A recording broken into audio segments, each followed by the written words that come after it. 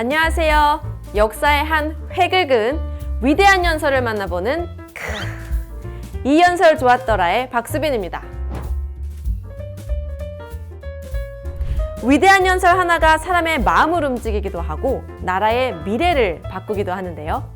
오늘은 최초라는 수식어가 붙은 정치인의 연설을 들어보겠습니다. 자, 만나보시죠.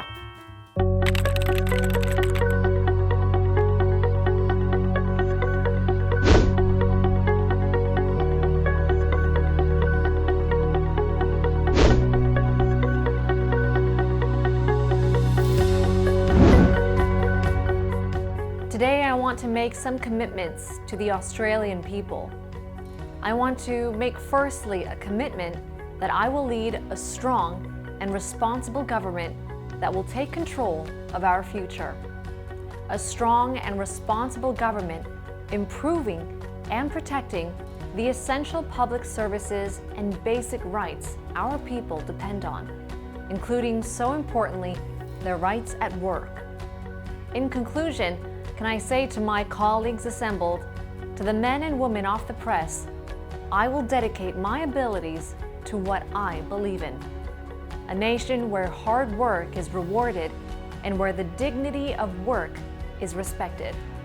A nation that prides itself on the excellence of its education system, where government can be relied upon to provide high-quality services for all Australians. An Australia that can achieve even greater things in the future. We should not be afraid of the future. A strong Australia respected as a global force for progress, for peace, and for tolerance. A bright democracy for the world to admire, and a sanctuary for all of our people. I, Julia Eileen Gillard, do solemnly and sincerely affirm and declare that I will well and truly serve the Commonwealth of Australia, her land, and her people in the office of Prime Minister. 방금 들어본 이 음성은 호주의 총리가 취임할 때 하는 선서입니다. 호주는 입헌군주제로 영국의 여왕이 연방의 수장인데요. 실제로는 총독의 여왕을 대신하고 있습니다. 하지만 행정부의 실질적인 수장은 Prime Minister, 총리입니다. 호주의 총리는 취임할 때 총독 앞에서 선서문에 서명을 하고 선서를 합니다. 2010년 호주에서 첫 여성 총리가 탄생했습니다. 오늘은 호주의 제27대 총리인 줄리아 길라드의 취임 연설을 살펴보겠습니다. Today I want to make some commitments to the Australian people. I want to make firstly a commitment that I will lead a strong and responsible government that will take control of our future. A strong and responsible government improving and protecting the essential public services and basic rights our people depend on, including, so importantly, their rights at work. 영국 출신의 줄리아 길라드는 1998년 노동당 소속의 연방 하원 의원으로 선출되면서 정계에 진출했는데요. 2007년 노동당이 집권하면서 부총리 겸 교육부 장관으로 발탁됐습니다. 그리고 2010년 노동당은 지지율이 최저 수준으로 떨어져 위기를 맞게 되는데 부총리였던 줄리아 길라드는 당시 케빈 러드 총리에게 총리직 사퇴를 권유했고 이를 거절하자 본인이 직접 출마를 선언합니다. 케빈 러드는 자신이 재신임을 묻는 대표 경선을 요청하지만 자신에 대한 비난 여론이 커지자 스스로 경선 포기를 선언하고 줄리아 길라드가 당대표이자 총리로 선출됐습니다. 총리가 된 줄리아 길라드는 취임 연설에서 강하고 책임 있는 정부가 되겠다고 약속합니다. 특히 노동당의 대표답게 공공 서비스와 직장에서의 권리를 위해 노력하겠다고 말합니다. In conclusion, can I say to my colleagues assembled, to the men and women of the press, I will dedicate my abilities to what I believe in. A nation where hard work is rewarded and where the dignity of work is respected. A nation that prides itself on the excellence of its education system, where government can be relied upon to provide high-quality services for all Australians. An Australia that can achieve even greater things in the future, We should not be afraid of the future. A strong Australia respected as a global force for progress, for peace, and for tolerance. A bright democracy for the world to admire and a sanctuary for our people. 연설을 마무리하면서 그녀는 열심히 일한 만큼 보상받고 일의 존엄성이 존중되는 나라, 뛰어난 교육 시스템, 정부가 제공하는 양질의 서비스를 약속합니다.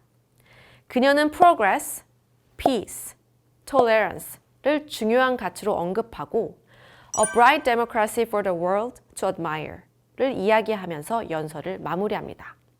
그녀의 말처럼 어느 곳이든 세계가 존경하는 밝은 민주주의가 구현되는 곳이 모두를 위한 신성한 장소가 아닐까 생각됩니다.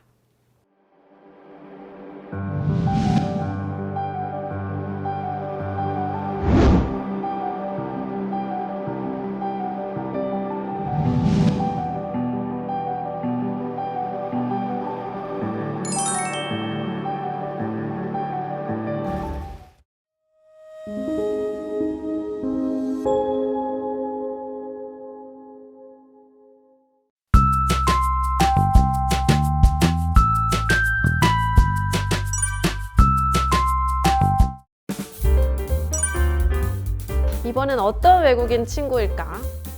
궁금한데. 안녕하세요.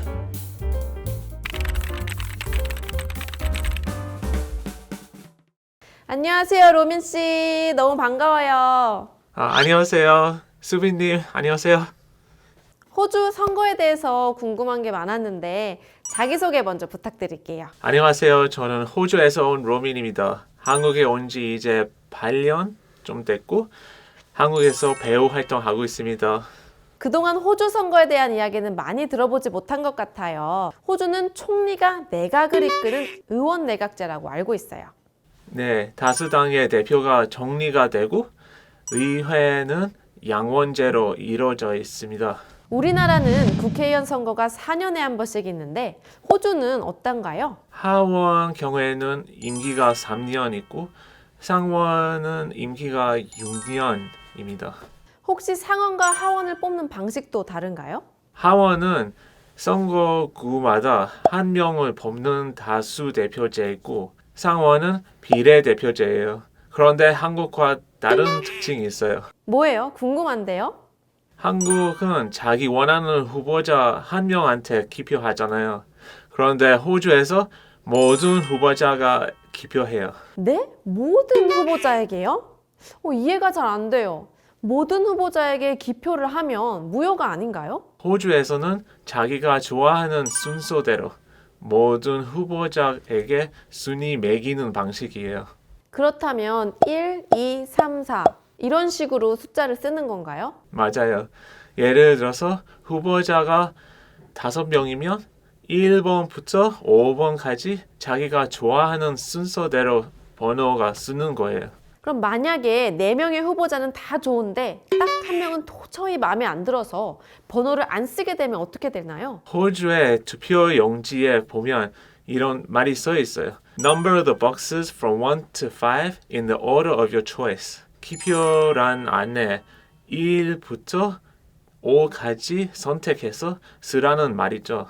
그리고 remember to number every box to make your vote count 라고 적혀 있는데 모든 기표란 숫자를 써 놓으란 얘기죠. 다시 말해서 모든 후보자에게 순위를 적지 않으면 무효가 된다 말이에요. 그러면 당선자는 어떻게 결정하는 거예요? 이렇게 preferential vote, 선호 투표를 해서 과반수를 득표하는 사람 있으면 당선인데 없으면 가장 표를 적게 받은 후보자 탈락시킵니다. 그리고 그 후보자한테 1순위를 준 사람들의 2순위 표를 나머지 후보들한테 배분해줘요. 이렇게 해서 과반수가 나올 때까지 배분합니다. 유권자들이 선호하는 순위까지 반영이 되니까 투표하는 사람들의 의사가 구체적으로 반영될 것 같네요. 한국하고 다른 호주 선거의 특징 또 하나 있어요. 바로 의무 투표제라는 거예요. 투표에 참여하지 않으면 벌칙 같은 게 있나요? 적당한 이유 없이 투표하지 않으면 최대 $170까지 벌금 내야 해요. 그래서 호주는 투표율이 굉장히 높아요. 보통 90% 이상 됩니다. 호주 선거는 우리나라와 다른 점들이 참 많은 것 같아요. 그래서 로민 씨가 들려주는 얘기가 더 재밌었어요. 오늘 함께 해주셔서 너무 감사드립니다. 감사합니다.